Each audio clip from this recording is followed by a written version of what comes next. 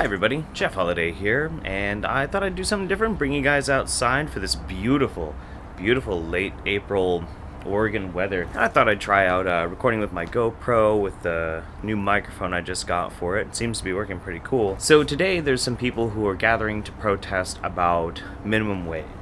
And their main thesis, their main argument is that they believe the minimum wage should be raised to $15 an hour. And in response, there have been a large amount of people who have been writing articles about this, opinion pieces, politics, all that sort of thing. And you know what? Here's another one. But more so than actually get into the nitty-gritty of this, I am more struck by some people's responses. For instance, there is a rather popular blogger named Matt Walsh who writes for theblaze.com, and The Blaze is owned and operated by conservative-talking hollowhead Glenn Beck. That's not very fair. I don't really have that big of a problem with Glenn Beck. He's kind of charming in his own man-child sort of way. But in this article, Mr. Walsh, he explains that since he was 15 years old, he's now 28, and he's worked steadily and hard, he's managed to pull himself up through hard work to get to a comfortable living wage, we can assume above $15 an hour, by being a writer. And this path to success, as he puts it, seems to be a simple formula of if you work hard and you work long enough, eventually you will get paid a lot. Well, I started working and was on my own at 16. I'm 33 now. I've got 4 years of employment experience ahead of him, and I've never earned more than $12 an hour.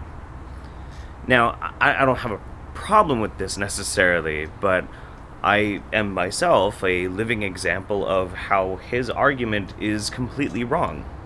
That doesn't work that way. It doesn't work that way at all. It's extremely complicated.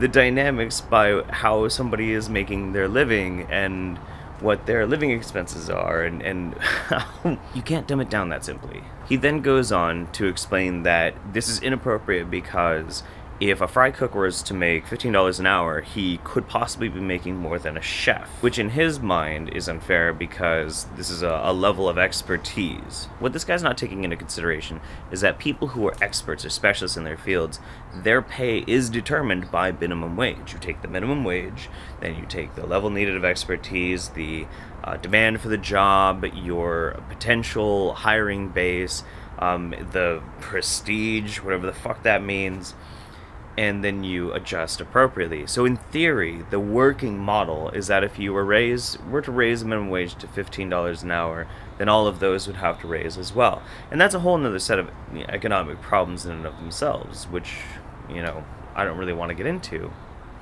But that's the basic idea.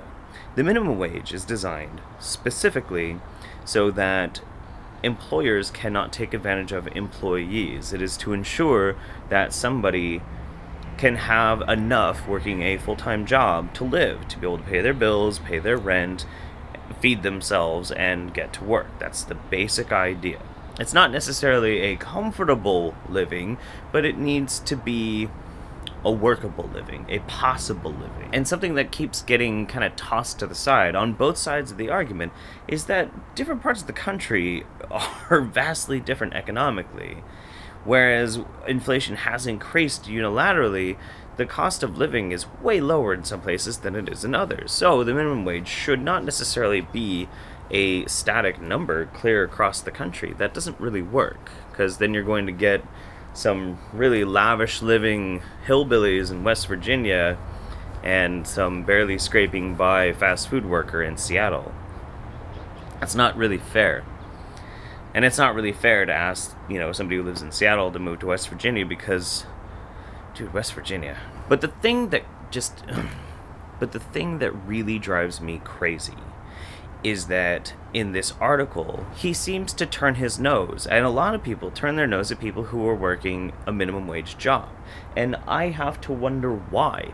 What's the motivation that leads somebody to try and disparage somebody because they're not living as ambitiously as they want them to? That doesn't make a lot of sense to me. America does not thrive on specialists and experts and scientists and politicians. That's not what makes the country work. The working class makes the country work. The people working labor, people working service jobs.